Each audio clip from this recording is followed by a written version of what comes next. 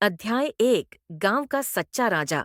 बिहार के एक छोटे से गांव सुदामपुर में दो भाई रहते थे, धर्मराज और लोभीलाल।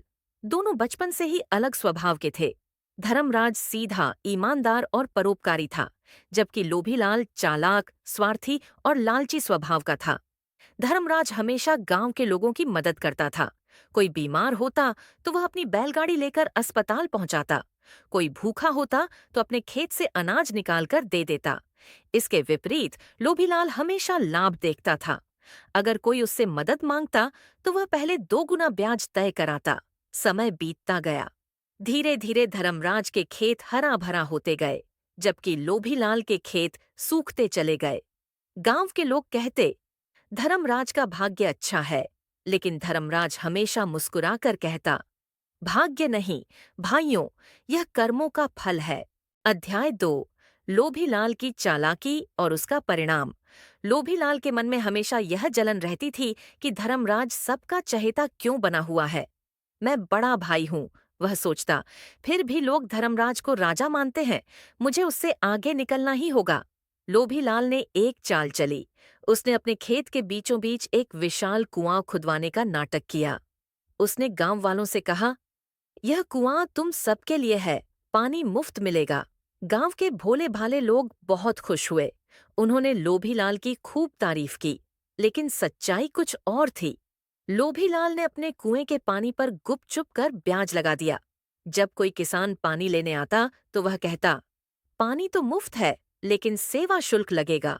धीरे धीरे गांव वालों को समझ आ गया कि लोभीलाल ने उनके साथ धोखा किया है।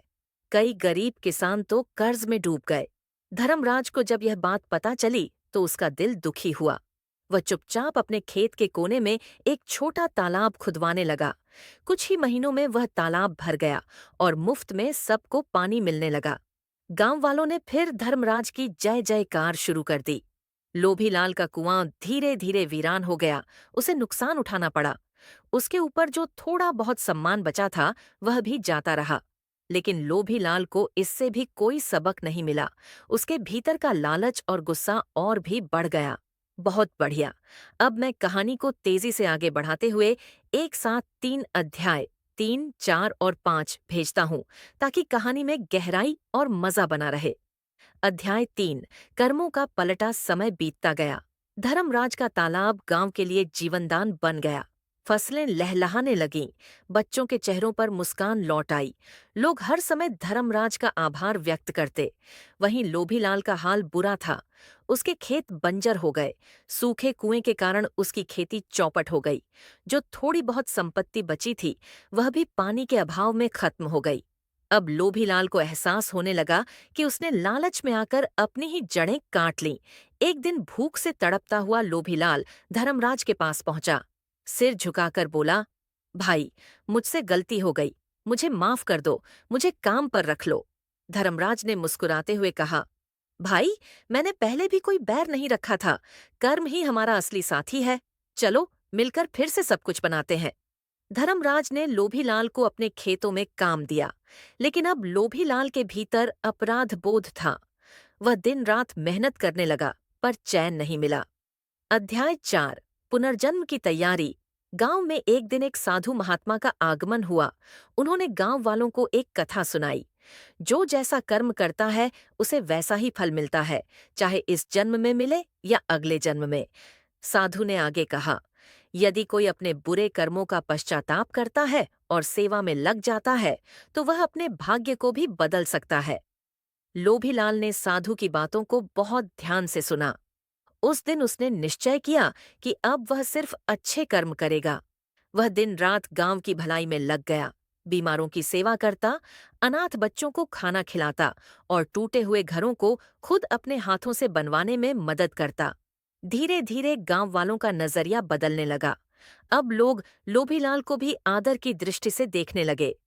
अध्याय 5 परीक्षा की घड़ी। एक दिन गांव में भयंकर तूफान आया।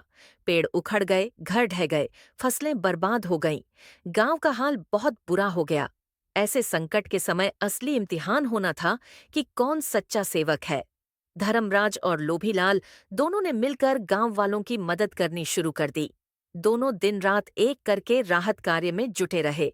धर्मराज ने अपनी सारी बचत गांव वालों के पुनर्निर्माण में लगा दी। लोभीलाल ने अपनी सारी मेहनत झोंक दी। गांव के बुजुर्गों ने एक सभा बुलाई और दोनों भाइयों को बुलाकर कहा, तुम दोनों ने दिखा दिया कि सच्चा राजा वही है जो अपने कर्म से राज करे।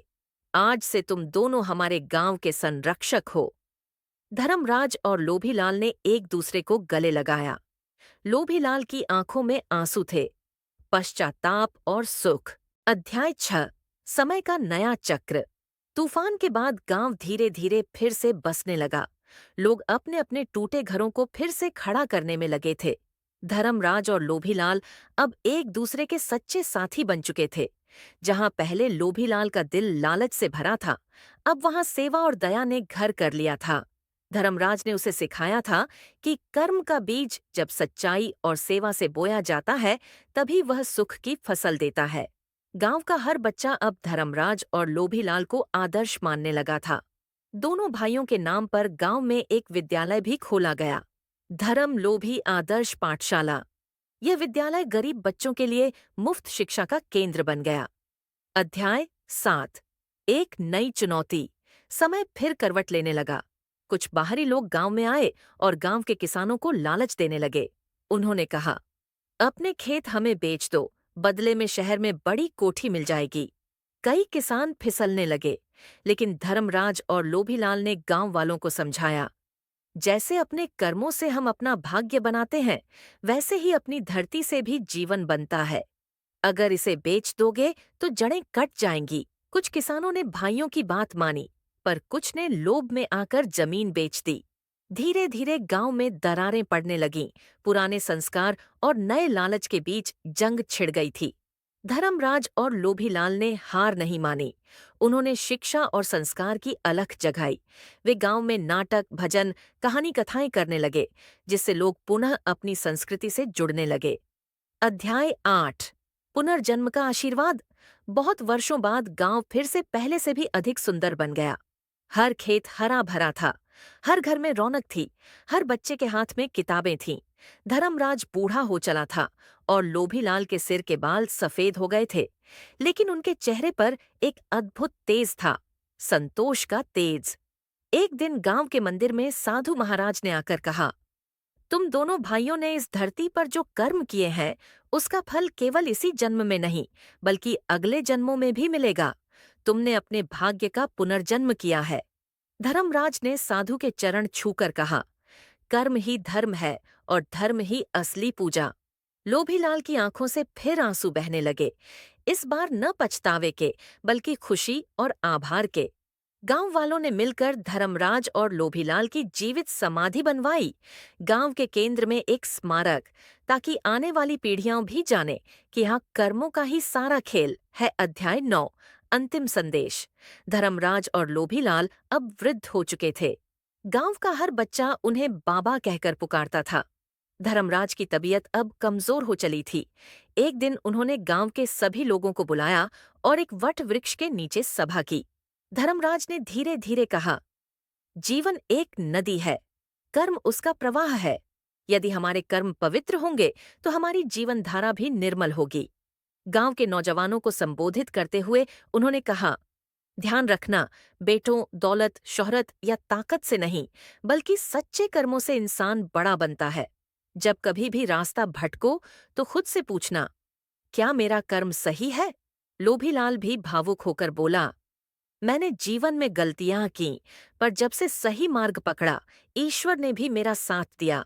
तुम सब भी कभी देर न करो, जब भी समझ आए सही राह पकड़ लो। गांव के बच्चे, जवान, बुजुर्ग, सभी की आंखें नम थीं। ये केवल शब्द नहीं थे, यह कर्म का अमृत था जो पीढ़ियों तक बहता रहने वाला था। अध्याय 10। अमर कहानी। एक सुंदर सुबह धर्मराज ने गांव के मंदिर में अंतिम बार पूजा की। फिर अपने आंगन के नीम के पेड़ के नीचे बैठकर शांति से अपनी आंखें मूंद लीं। धर्मराज चिरनिद्रा में लीन हो गए, मुस्कुराते हुए। गांव वालों ने भारी मन से उन्हें विदाई दी। उनके सम्मान में गांव के स्कूल का नाम बदलकर कर दिया गया, धर्मराज स्मृति विद्यालय। लोभीलाल ने शपथ ली कि धर्मराज के दिखाए रास्ते को आगे बढ़ाएगा। वह अगले 10 वर्षों तक गांव में शिक्षा और सेवा का काम करता रहा। अंत में जब उसका समय आया, वह भी उसी नियम के पेड़ के नीचे धर्मराज के पास जाकर चुपचाप सो गया। गांव में आज भी वह नियम का पेड़ खड़ा है, हरा भरा, जीवन से भरा, और गांव के हर बच्चे को यह कहानी सुनाई जाती है। कर्मों का ही सारा खेल है, जो जैसा बोएगा वैसा ही पाएगा। गांव सुदामपुर अब केवल एक गांव नहीं, बल्कि कर्म और संस्कार की मिसाल बन चुका था। धर्मराज और लोभीलाल का नाम अब अमर हो गया था, क्योंकि वे सिखा गए थे कि कर्म ही असली भाग्य है। समाप्त।